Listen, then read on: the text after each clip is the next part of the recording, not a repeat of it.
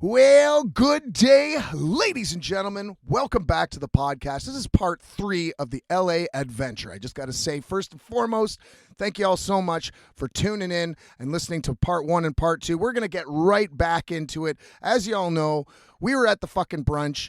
And before I jump into really anything, I just got to give a huge shout out to women in general. Why? Because all the women at this brunch were on fucking point. Eyelashes, nails, fucking hair, everything smelled great. The dudes, on the other hand, like we just fucking rolled out of bed, threw on some pants, and showed up. So I just got to say, man, for all the women out there, I understand there's a lot of fucking pressure from the goddamn advertisements in the world in general. But like, you're killing it. You're fucking killing it. And you looked incredible. Not like the dudes. Like it's almost like we like stumbled on a different party in total. But man, it was an incredible time.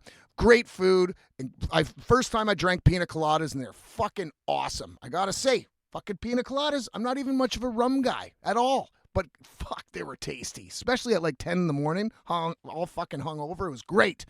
Highly recommended for a morning drink.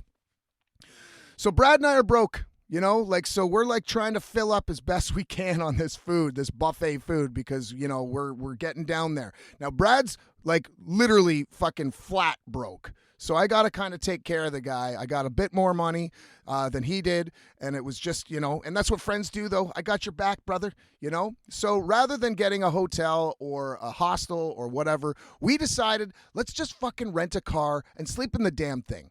This way we have the freedom of bombing around wherever the hell we want to go. If we want to see something, we have the, you know, the freedom to do that and the liberty to just fuck off if we need to. And that's exactly what we did. We downloaded this app called Turo. I'm not sure if you guys have heard this or not, but it's basically like Airbnb for cars.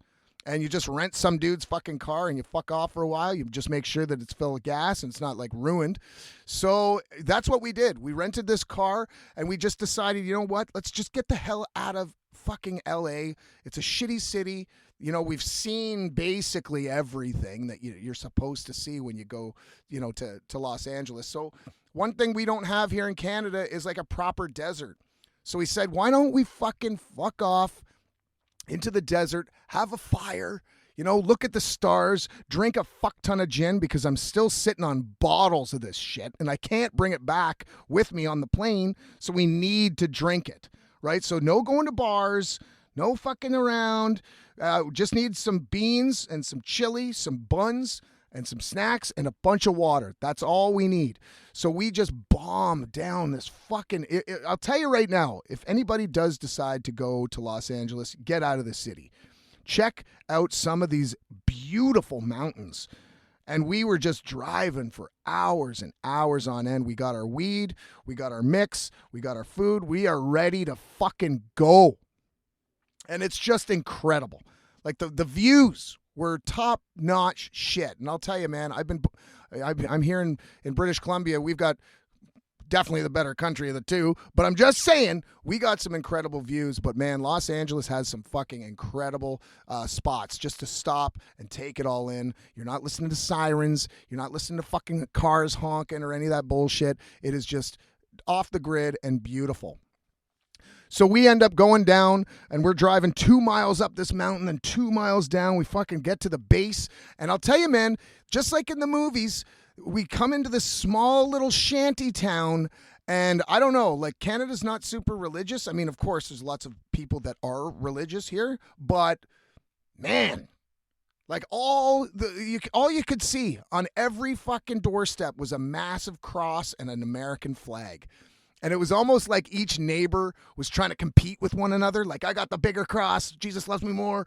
And the other guy would be like, no, I got the bigger fucking cross. And it was every fucking house had like crosses and American flags all over it. It was just something to see, man. It was just, you don't see that shit here. I mean, us Canadians love Canada, but we ain't waving the flag. You know, very, very few people have Canadian flags on their lawns. So seeing this firsthand was definitely, you know, a little bit of a culture shock, if you will. So we end up driving down this road, and we found this little turnoff, and we drove down this, and I'm telling you, man, like, it's sandy shit. Like, you could get stuck, and we only had the 2-wheel drive. So we're driving down this road, and we pull into this spot, and it was just perfect. It was completely in the desert. This is the Mojave Desert. And we end up finding a bunch of cinder blocks and rocks around because people are just dumping their garbage there, like off a pickup truck or something. And we made a nice little fire pit. We made a little bench, and we started playing fucking Neanderthal games. So, like, kind of like bowling, because there's nothing to do, right? Like, you don't want to be on your phone, and, you know, you got company. So it's like, let's fucking play a game. So we made up this little game. We're drinking gin. I'll tell you, man, I got fucked. I got really drunk that night. It's probably because I started drinking those damn pina coladas at like 10 in the morning.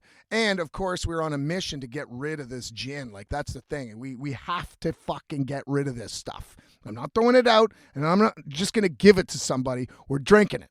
This is the fucking mission of the entire trip. We got to drink this shit. So I got fucking wasted. And actually, later on that night, a kit fox showed up. And I'd never seen a kit fox. Basically, it's the tiny little fucking rodent that lives in the ground in little fucking burrows. And he was just looking around for some fucking grub. And it was cute. Now, at the same time, it's like, what other fucking animals are around here? You just never know. We're wasted, right? So it was a great time. We end up, and just a word to the wise folks, if you're ever camping with somebody, pass out first. Because I snore. And poor fucking Brad, I passed out first there, bud. Fucking honking away all through the night. He didn't sleep fucking at all, really. I woke up with my fucking suit jacket on. It's freezing. Like, the temperature drops crazy amounts in the desert. It's kind of wild. Like, it'll drop 10 degrees for sure. And it was fucking cold in the morning. So in the morning, we kind of pack up and we clean up. That's what everybody should do. I don't care if you're from another country or not. I don't give a shit. Clean up your trash, clean up your garbage, because somebody else is going to come there. And not just that, but you're also limiting. Somebody might end up blocking that spot off, and it won't ever be available for people to camp on. So please, for the love of God, man, clean up your garbage. Everybody, clean up your trash, man. So we end up coming back into town. That was our night. Just drinking, playing games, seeing the stars, and just fucking having a good old hoot. Smoking weed, drinking that shit, drinking that gin. That's right. So we come back into town, and this is our last night in Los Angeles. Now, Brad's going to sleep on the fucking beach. He's broke. I gave him $50 though. I was like, do what you want, man. At least you got some food. At least you can get, we had to, of course, return the car, but at least with $50, you can take the bus, get something to eat. And he had some gin because, of course, it was included with the gift bags that from the wedding. So we had some booze.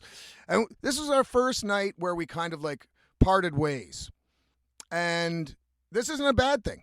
Like, I like I like doing things on my own, and so does Brad. So this was a kind of night where it's like, you know what, you do your own thing, I'm going to do my thing.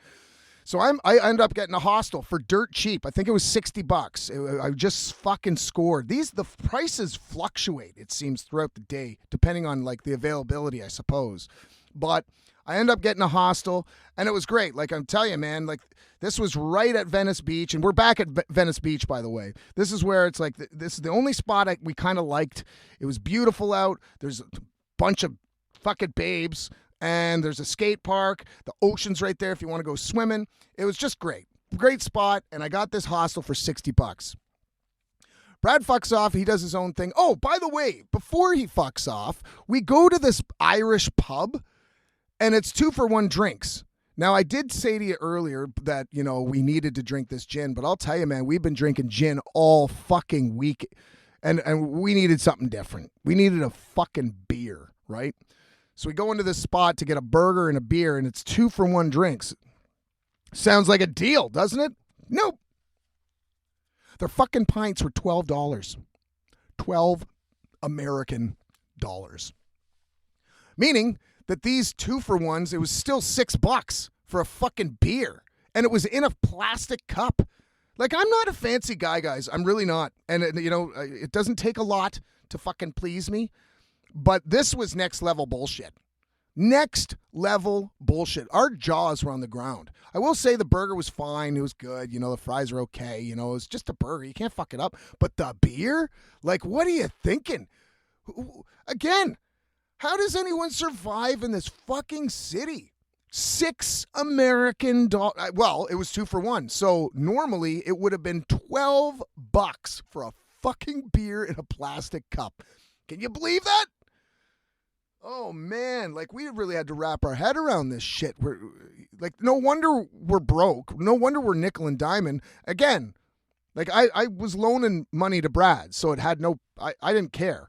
I had a ton of gin too, but this was a time where it's like, you know what? Let's just treat ourselves. Let's get a fucking beer and a burger because we're going to be parting ways. It's probably going to be the last time we see each other, right?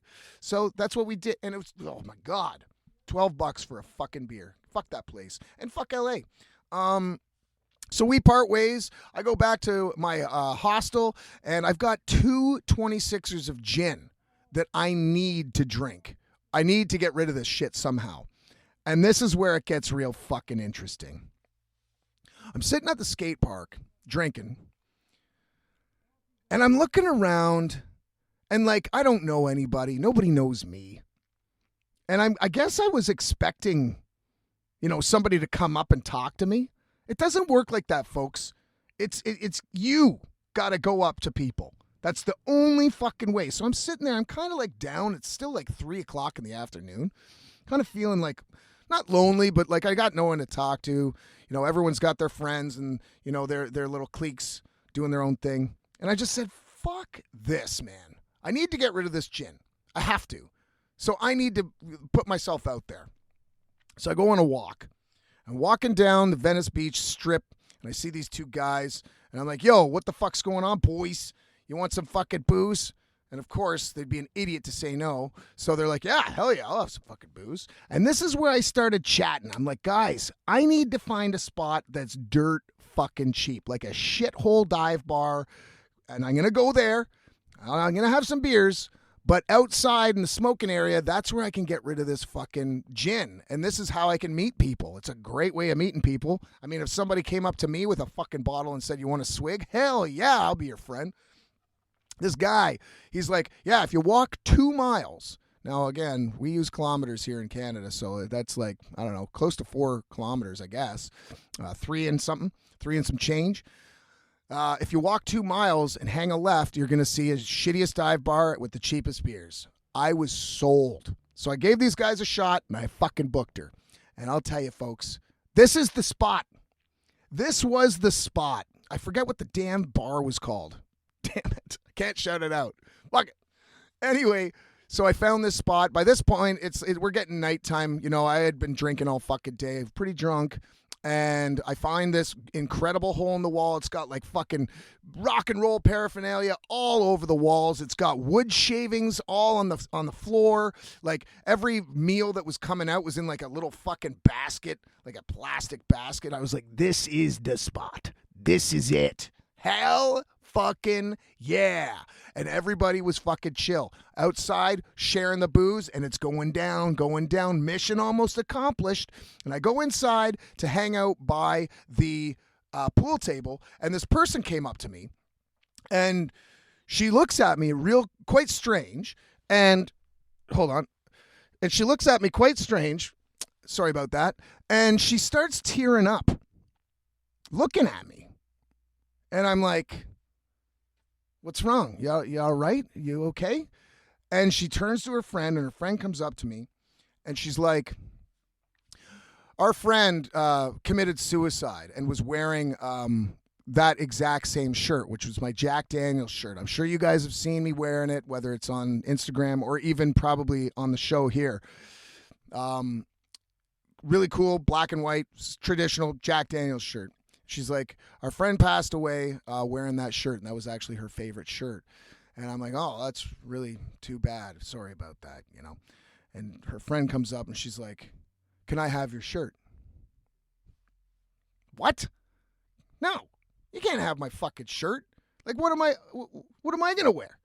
Right? You just don't go up to somebody and ask for the shirt off their back, especially if you don't know them. That's what fucking friends do. So she's like, yeah, could I have your shirt? And I'm like, no. And she's like, but it means a lot to me. It would mean a lot to me if you gave me that shirt. And I'm thinking about it.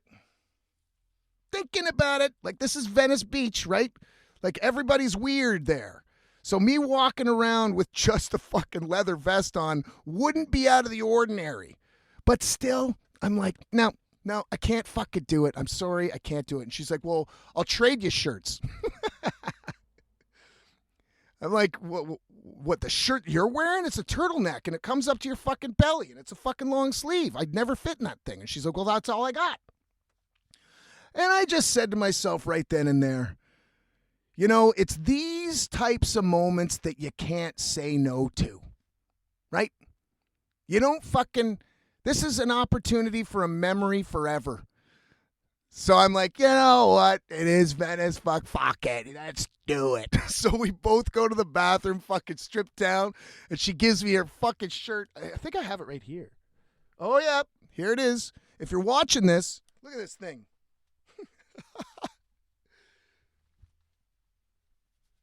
Look at this fucking turtleneck thing here. Like, I could barely fit in this thing. I'm like walking around like this, like the abominable snowman with a fucking turtleneck in Los Angeles. Fucking belly out and everything. I didn't give a shit. Again, like I said, this is fucking Venice Beach. Everyone's weird. Well, I just said, you know, and not only that, but now I have a story for you guys. And she was just tickled fucking pink. She was like, again, started tearing up again. She started crying. She's like, this means the world to me. Thank you so fucking much for, you know, giving me the shirt off your back. And I'm like, yeah, well, you know, it was a shitty trade, but either way, at least you're happy, and I'm happy to make you happy. And we fucking parted ways. I think basically drank all the booze, no fucking gin left, mission fucking accomplished. Hung out with this crew all fucking night long. Everybody got some gin. And once again, everybody was blown away by the taste of this shit. So we parted ways. I wake up at the hostel the next morning. Brad fucks off. I jump into the ocean. This is our last fucking day in Los Angeles. You know, I got to try and do something cool here.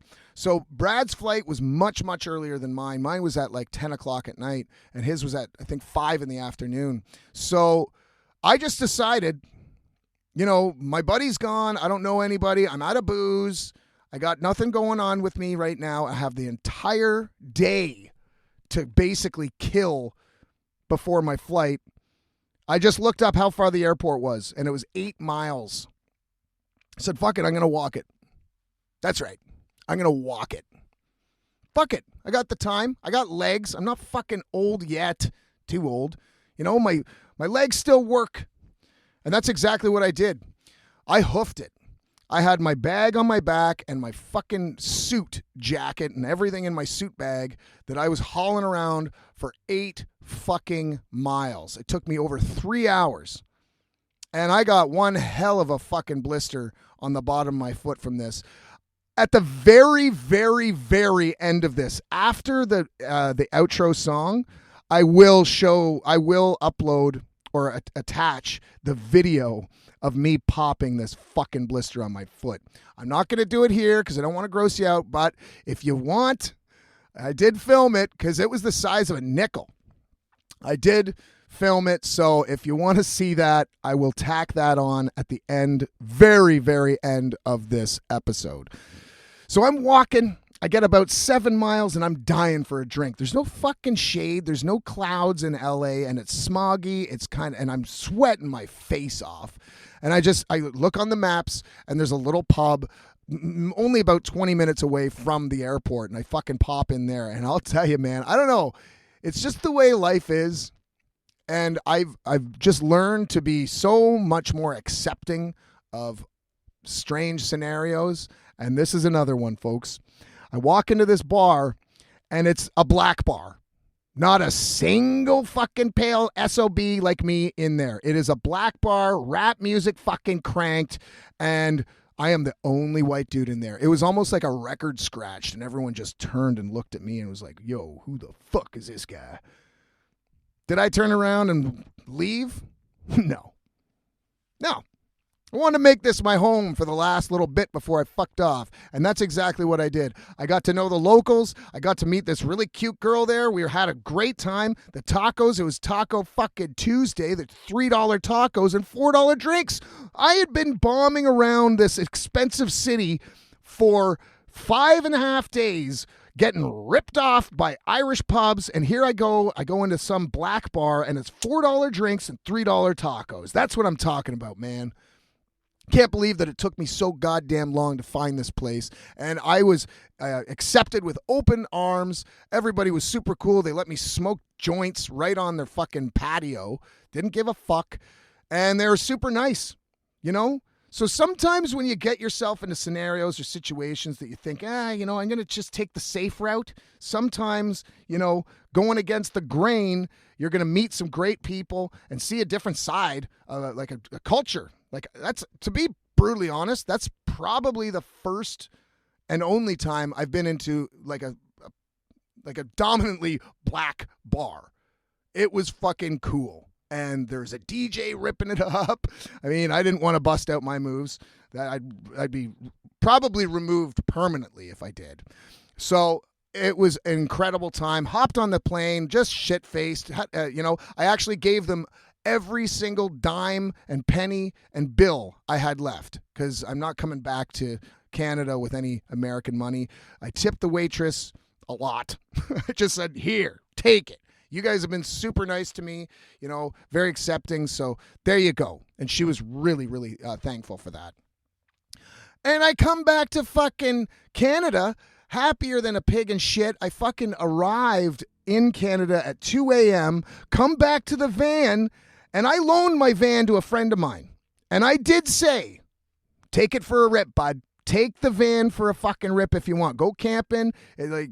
Thank you for allowing me to park my vehicle in your parking lot for fucking this extended period of time. You can take the van and use it as your own home. I thought I was being nice. Come back, my fucking bed's broken. Not just that, but my little fairy lights are just dilapidated. The bed wasn't made. There was dog hair everywhere. I was just like, really, dude? Whatever, man. The bed's broken. He's going to fix it. And you're probably thinking, oh, he must have been banging pretty hard. No, it's actually the way the bed works is there's two brackets.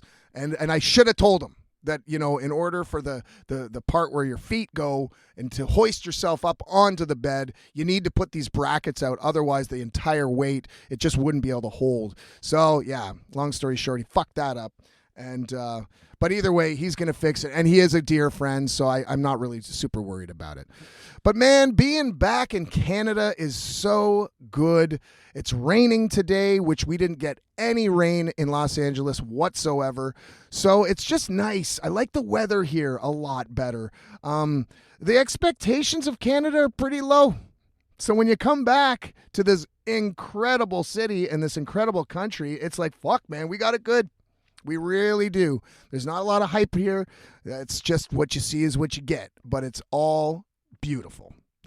So that being said, I hope you guys enjoyed this week's trilogy episode of The Adventure to LA. Lots of shit happened. I still got this shirt, long story short, I guess I got that girl's number. Long story short, that chick fucking texted me the next day and asked for a shirt back. I was like, no way. A deal's a fucking deal.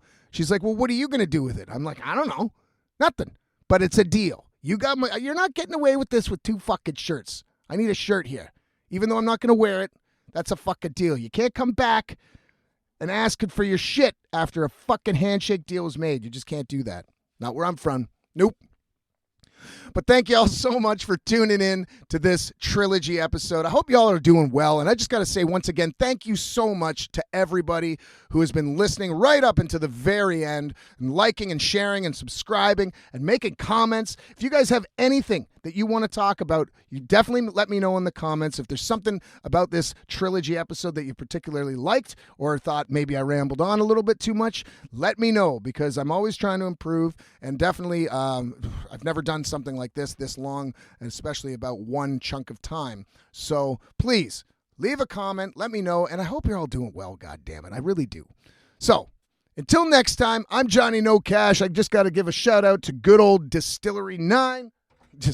Nickel 9 Distillery, Crazy Monkey Vodka, the Hidden Temple Gin. If you are in Ontario, hell, you better check that shit out. Make yourself a fucking, what is it, gin and soda or something? I don't know. I don't drink gin.